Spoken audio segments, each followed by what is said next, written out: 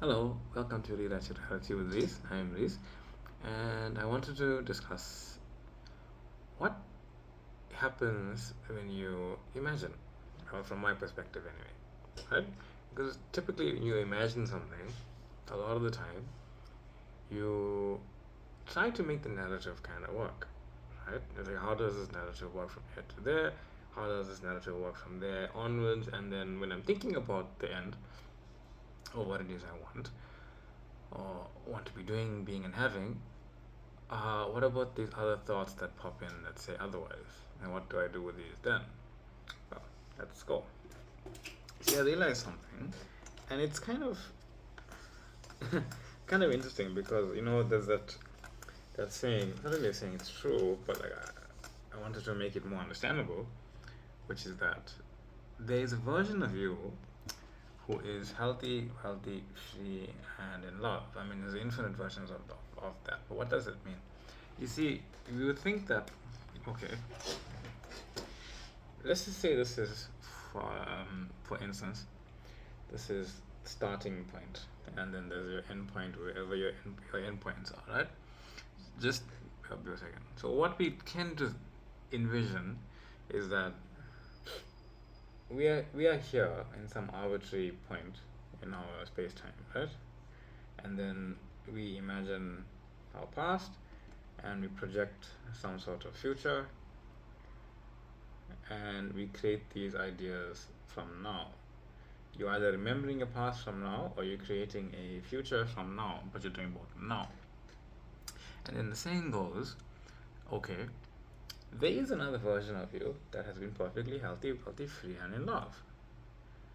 Shift your focus to that version, right? And then you try to think about it, and then you try to imagine, and then you're like, okay, well, then there's this plan here. Did I always have this past? Why was it just not that perfect, ideal version of me? Why, if I shift into it, then is my past gonna change, or am I always gonna be that, or it's like this whole mess of stuff that you can think about, and then you wonder, well, how does this past work, and how does it going forward? Like, I'm sick. I have all of those things, right? Well, I have to realize something. We have to realize something. It's quite simple, actually. You see, in this moment right now, you are manifested completely blank, free, and without a true past, without a true future, right here and right now, right? You are in effectively infinity. You are I am an infinite. You have an infinite number of identities and beingnesses, choices that you can call upon. How are you calling it upon? So, if that frame is empty and every other frame of reality just kind of exists in it, right?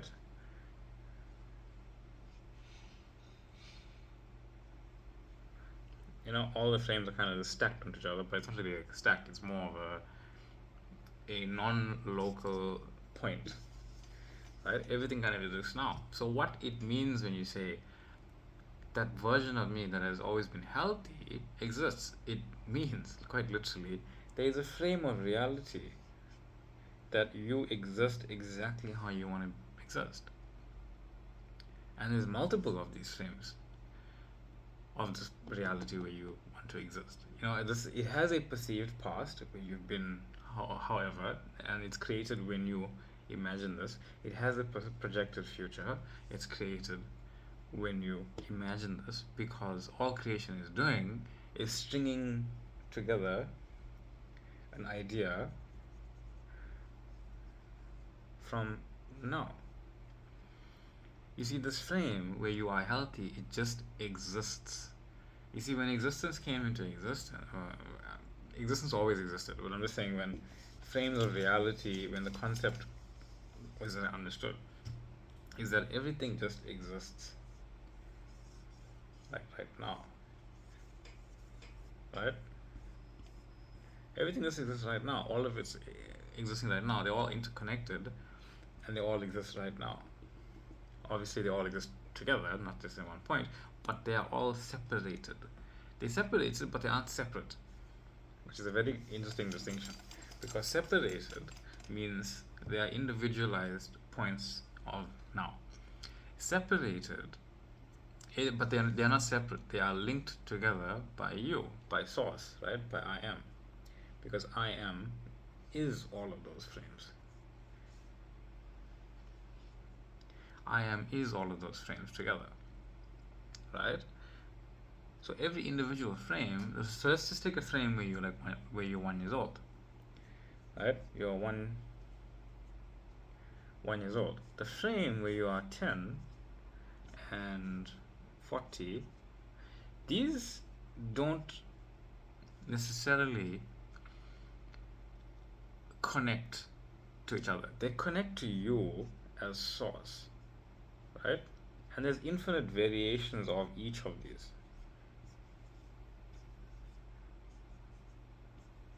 Right? There's infinite variations of each of these, and you exist as a different version of yourself in each of these frames. But no two frames correlate to each other in terms of a linear progression. In terms of a linear progression, no two frames correlate to each other. I know we think that because, for example, a ball rolling down the hill, right? A ball rolling down the hill, we assume that it's just going to go, but it's your belief in the ball rolling down the hill that will keep on doing that. You know, it's our belief that strings together these things. So that being said, what does that mean for you?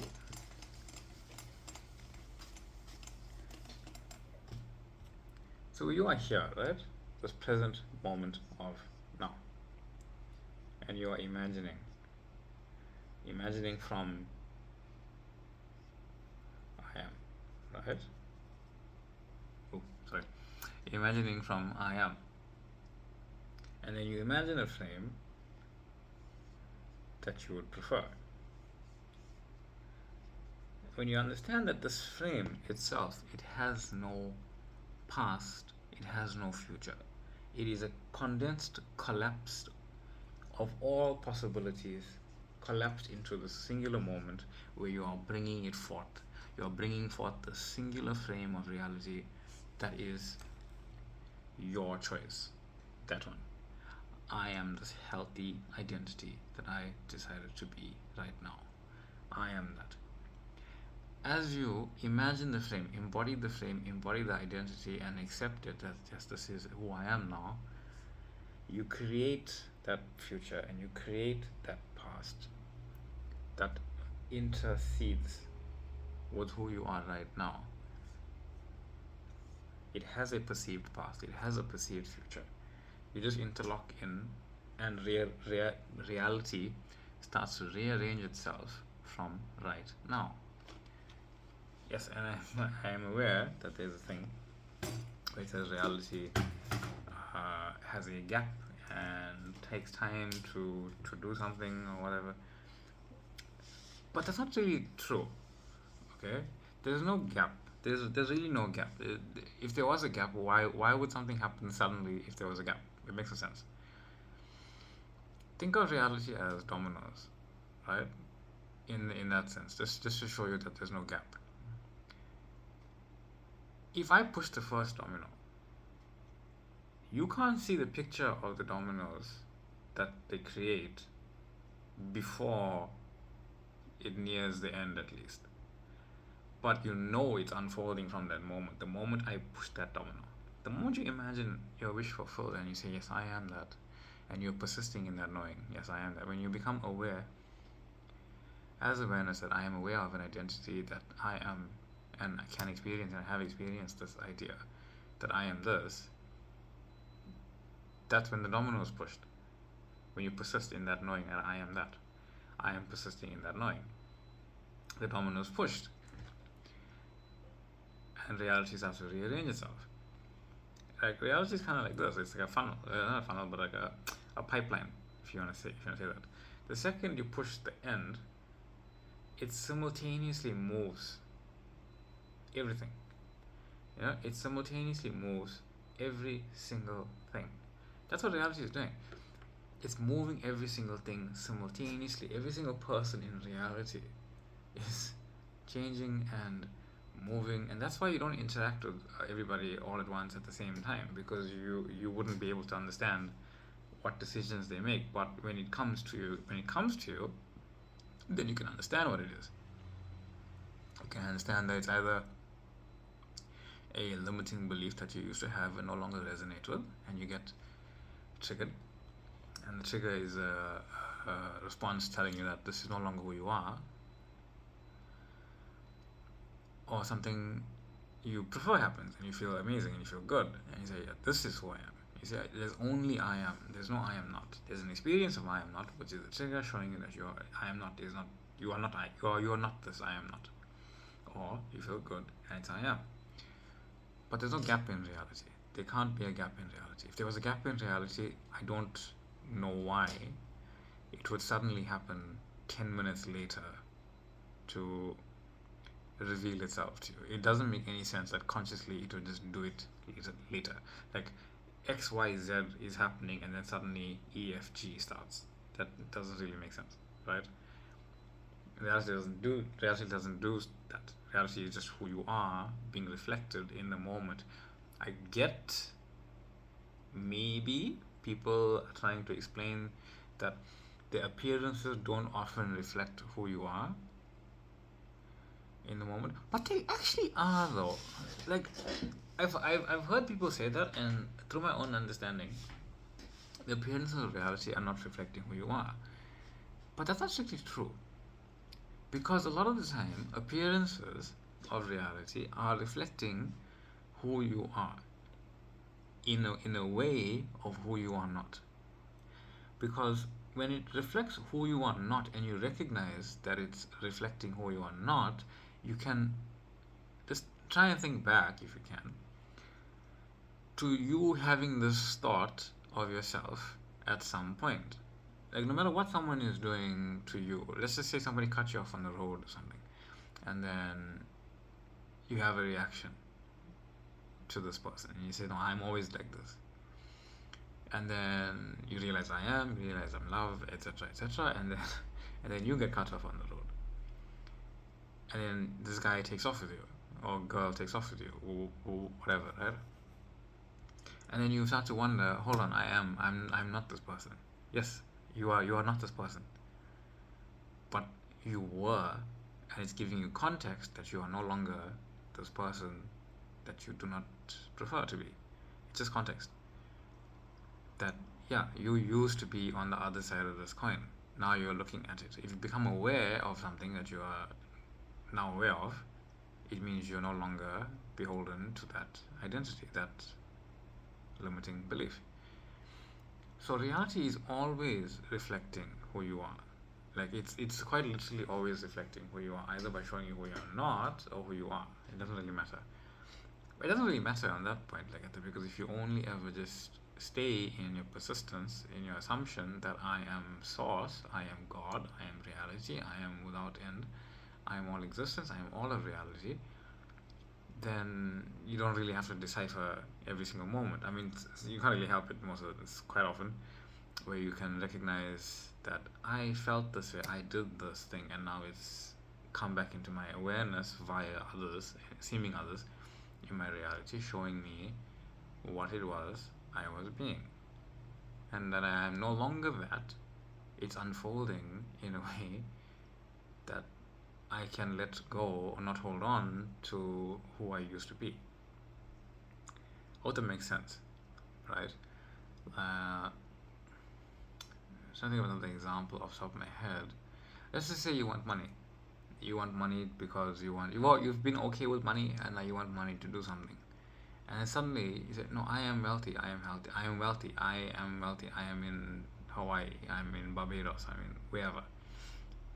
And then suddenly you have like an influx of bills, and you have to pay all this stuff, and you start worrying, and then people around you start worrying about the money.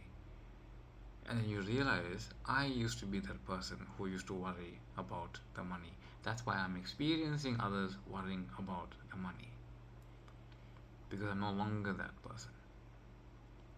Even with health, it's like I'm trying to lose weight, and then you come across somebody that says, "Oh, maybe you're putting on weight," and you say, "No, I've lost weight," but they say, "No, but you're putting on weight." That kind of thing. And you think, "Oh no, I'm no longer this person who believes the appearance of putting on or putting off. I'm the person who believes that I am, regardless of the evidence that's out there." I was telling my friend this yesterday, and I said, "There's no evidence out in the 3D world," and it's kind of a logical thing as well why there would be no evidence out in the 3D world, especially evidence you go look for. Because if you say, "I'm going to go look for evidence," one, the implication is that evidence is not readily found, and if something is evident and not readily found, it must be covered by that which is not evidence. So you are mostly going to find, if not always, going to find, not even find, you just see it, that which is not evidence, because you're looking for evidence. And if you're looking for evidence, you can only ever find that which is not evidence. So you can't actually go look. But when you persist in who you are, it becomes self-evident. Just like how when your fears play out without you needing to do anything, your doubts play out without you needing to do anything. They just play out how they play out. You're always in the right place at the right time, experiencing what you want, but your fear and doubt, it comes to you. It's because you are no longer that which you are. That's why you don't have. That's why you don't ever have to go and search, chase, run after anything. It doesn't mean you won't get those feelings of wanting to do that. It doesn't mean you won't get the feelings of anxiety and doubt and uh, whatever it is. You'll feel all this stuff. Feel it and know I am anyway. Anyway, hope that was clear. Have a wonderful day. I'm grateful for all of you. I'm grateful for the likes, the subscribing, the questions, and love and light. I do have a Facebook group if you want to join. It's a Realize Your Reality. And there's a TikTok page as well that you can also check out at some point if you want. Anyway, much love and take care. I am Reese. This is Realize Your Reality, and I'll catch you in the next one. Bye.